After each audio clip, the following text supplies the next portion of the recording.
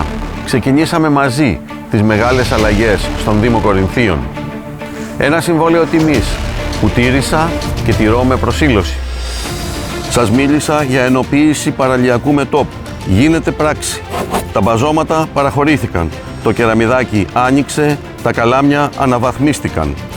Δεσμεύτηκα για περισσότερο φως. 22.000 νέα φωτιστικά σώματα LED τοποθετούνται στην πόλη και στα χωριά μας.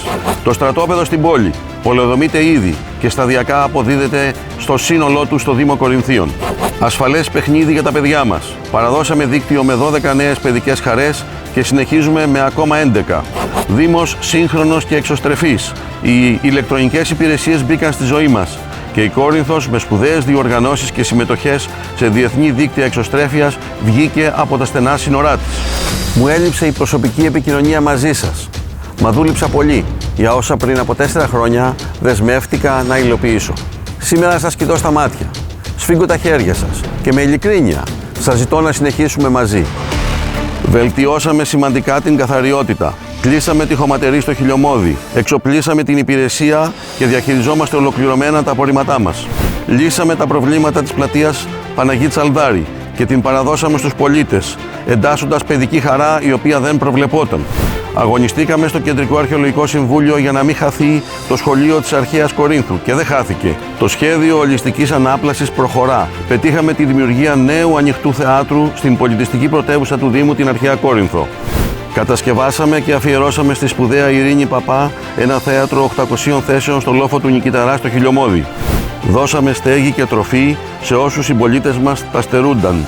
Κανείς μόνος του στον Δήμο Κορινθίων. Στηρίξαμε έμπρακτα τις επιχειρήσεις στη μετά-COVID εποχή. Ολοκληρώσαμε και δημοπρατούμε το νέο μουσικό σχολείο. Κοντά στους αγρότες μας. Τοποθετήσαμε 3 μετεωρολογικούς σταθμούς και κατασκευάσαμε 47 χιλιόμετρα δικτύου ίδρευσης-άρδευσης και προετοιμάσαμε και υλοποιούμε 3 μονάδες αφαλάτωσης. Θωρακίσαμε με σχέδιο διαφυγής στο Αμμόνι. Στον Κόρφο τοποθετήθηκε νέος προβλήτας. Τα Αθήκια απέκτησαν τον βρεφονιπιακό σταθμό που ζητούσαν χρόνια, το ίδιο και το Σοφικό. Με το ΚΕΠ Υγείας, το Κέντρο Κοινότητας, τα προγράμματα δωρεάν εξετάσεων, το ενισχυμένο πρόγραμμα ΤΕΒΑ, σταθήκαμε δίπλα στους συμπολίτες μας που είχαν ανάγκη. Βρεθήκαμε στα κέντρα λήψης αποφάσεων, κάναμε το Δήμο πρωταγωνιστή. Ο Δήμος χρειάζεται σταθερότητα, ασφάλεια, συνέπεια και ικανότητα. Η ανανεωμένη Συμμαχία Πολιτών μπορεί. Και αυτός είναι ο λόγος να μας εμπιστευτείτε ξανά. Με δικό μας οικόπεδο χτίζεται το νέο αστυνομικό μέγαρο στα Εξαμίλια. Με δική μας απόφαση τοποθετήθηκε στα Εξαμίλια ιδιωτική φύλαξη.